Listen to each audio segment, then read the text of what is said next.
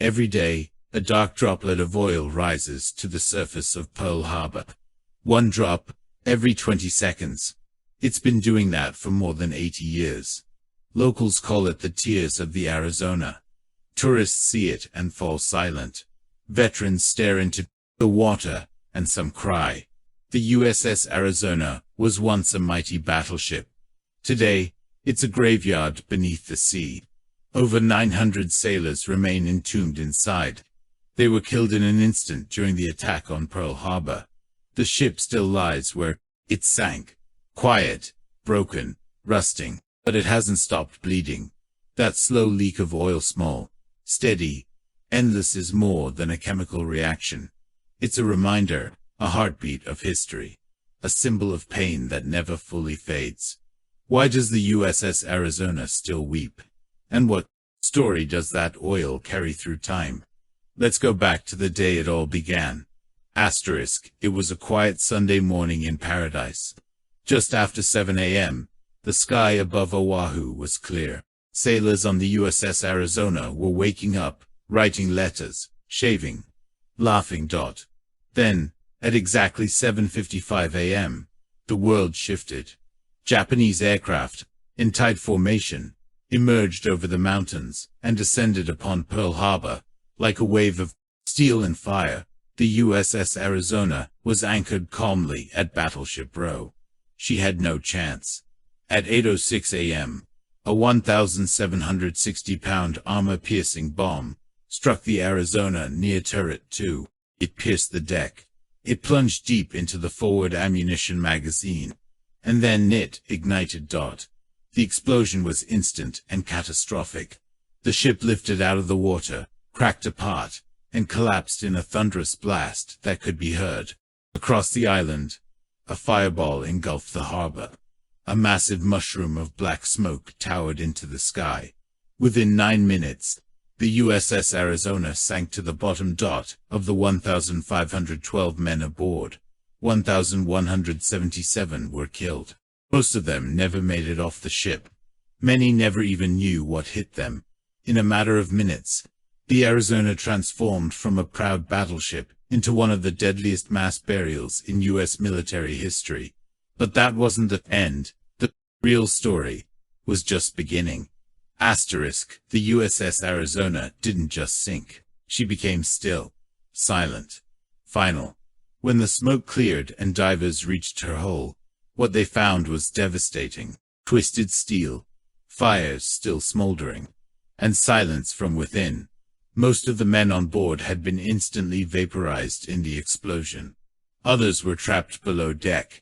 There was no time, no way to save them. Their ship had become their coffin. Recovery teams tried to salvage what they could, but with every passing hour, it became clear the Arizona was impossible. She was too damaged, too unstable, too full of the dead. The decision was made. Leave her. Let her rest. The USS Arizona would stay exactly where she fell beneath the water, along with the men who served on her. Over 900 sailors and Marines remain inside to this day. Their bodies were never brought home. Their names carved into stone. Their presence forever preserved below the surface. The Arizona didn't just mark the start of America's entry into World War II. She became one of the nation's most sacred military sites. Not a wreck, not just a memorial, but a grave that has never stopped speaking. When the USS Arizona sank, she carried more than just the hopes of her crew. She was loaded with nearly 1.5 million gallons of fuel, intended to carry her across the Pacific. After the explosion, much of it ignited. The harbor burned for 2 days. Flames danced across the water, blackening the sky. But not all of the oil was consumed. More than 500,000 gallons remained trapped deep inside her ruptured tanks, sealed in the wreckage below. And then, slowly, it began to leak. Drop by drop, the oil made its way out through seams, cracks, and twisted valves. To this day, over 80 years later, it still rises. That you can see it if you visit the site. Tiny black beads surfacing through the water, one every 20 to 30 seconds. They shimmer in the sunlight, then spread across the surface in thin rainbow films. It's not just oil, it's memory, it's presence, it's pain made visible. Some scientists call it a biological time bomb, warning of potential environmental risks if a major release ever occurs. But few dare to interfere, because, for survivors and families, it's not just a leak. It's sacred. They believe the oil is a sign that the ship still lives, that the men inside still grieve, and that the Arizona, though silent, has never truly gone still. They call it the tears of the Arizona. At first, the leaking oil was a mystery. Now, it's a symbol, a ritual, a phenomenon with meaning that runs deeper than the sea itself. Locals began calling it the tears of the Arizona. To them, each droplet is a tear for the men who never came home. A visible sorrow, rising through salt water and time. Visitors often fall silent as they watch it. Some cry, some pray. Many don't fully understand what they're seeing, that it feels alive. Veterans, especially survivors, feel it differently. To them, it's not just oil, it's grief, it's remembrance. It's the ship mourning her dead. But not everyone sees it as purely symbolic. Environmental scientists have a different concern. They've studied the wreck, measured the corrosion, and run the numbers. Roughly 500,000 gallons of oil remain trapped within the Arizona. A slow leak is one thing. But what if one day the hull ruptures completely? What if time or a storm breaks her open? It would release one of the largest underwater oil spills in U.S. history, inside one of its most sacred sites. Still, there's no plan to remove the oil. No attempt to patch or drain the tanks. Why? Because tampering with the Arizona is considered desecration. The government, the Navy, the families, they all agree, let her be. Because to touch the Arizona is to touch the grief of a nation. The oil may be a warning, or a gift. It may be dangerous, or divine. But one thing is certain, the ship still weeps, and the world still listens. For the men who escaped the USS Arizona that day. Survival came with a heavy weight. They lived but left brothers behind. They carried the memory of fire, screams, and steel torn open. And for many of them, it never stopped hurting. Years passed. The war ended, and the survivors grew old. But as time moved on, a quiet tradition began. A way to go back. A way to finish the journey. Many of the surviving crew members made a final request. When I die, take me home, to my ship, to my brothers. The U.S. Navy honors this wish. Since the 1980s, dozens of survivors have had their ashes placed inside the sunken hull of the Arizona. Navy divers carry the urns beneath the water, and with quiet ceremony, slide them into turret pits or crevices in the wreck. No speeches, no fanfare, just silence. Just reunion. For these men, the ship is not just metal, it's memory, it's a friend. It's the only place they feel they truly belong. And so, they return, one by one, to rest among the fallen, to keep watch with the dead. It is one of the most sacred military burial practices in the world. A ritual of loyalty that transcends life and time. The USS Arizona is not just a memorial, it is still receiving her crew. Above the waters of Pearl Harbor, where the USS Arizona rests unseen, stands a solemn white structure, clean, quiet, simple, the USS Arizona Memorial. It floats above the wreck, never touching it, like a whisper over a grave. It was completed in 1962, after years of advocacy from survivors, veterans, and ordinary Americans who believed the nation should do more than remember it, should honor. Inside the memorial, there are no flashy exhibits, no loud voices, only silence, sunlight, and the slow rhythm of the sea beneath your feet.